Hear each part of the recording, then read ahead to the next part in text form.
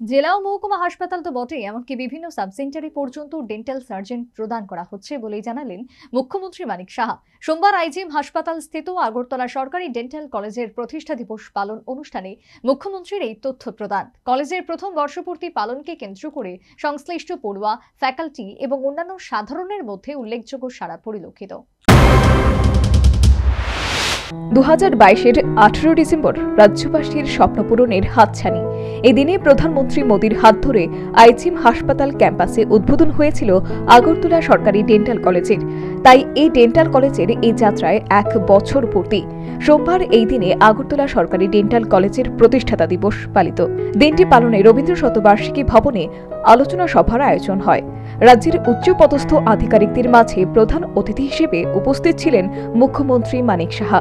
অনুষ্ঠানে নিজ ভাষণে এই ডেন্টাল কলেজ স্থাপনের বিভিন্ন দিক তুলে ধরলেন মুখ্যমন্ত্রী।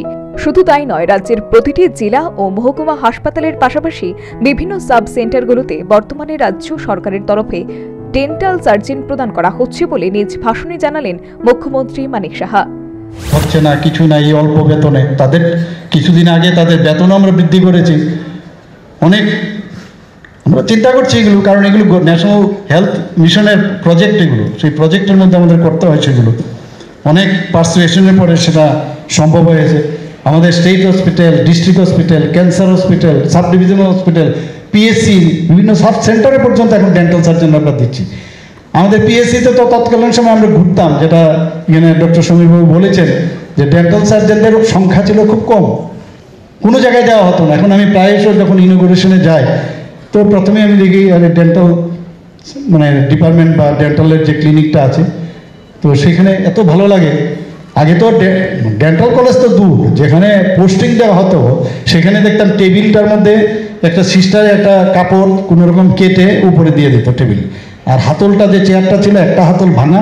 আমি ভাবতাম একটা বেস্ট হসপিটালে। আগরতলা সরকারি ডেন্টাল কলেজ স্থাপনের ক্ষেত্রে ব্যাপক বাধা বিপত্তির সম্মুখীন হতে হয়েছে বলেও মুখ্যমন্ত্রী জানিয়েছেন। সর্বোপরি স্থাপনের পূর্ববর্তী বিভিন্ন সমস্যা ও সফলতার কথা উল্লেখ করে এই ডেন্টাল কলেজ আজ রাজ্যের গর্ব বলে নিজ ভাষণে মুখ্যমন্ত্রী মানিক সাহা জানিয়েছেন। সর্বোপরি ব্যাপক উৎসাহ উদ্দীপনার মাধ্যমে সোমবার আগরতলা সরকারি ডেন্টাল কলেজের প্রথম প্রতিষ্ঠাতা দিবস উদযাপিত। Bureau report, news vanguard.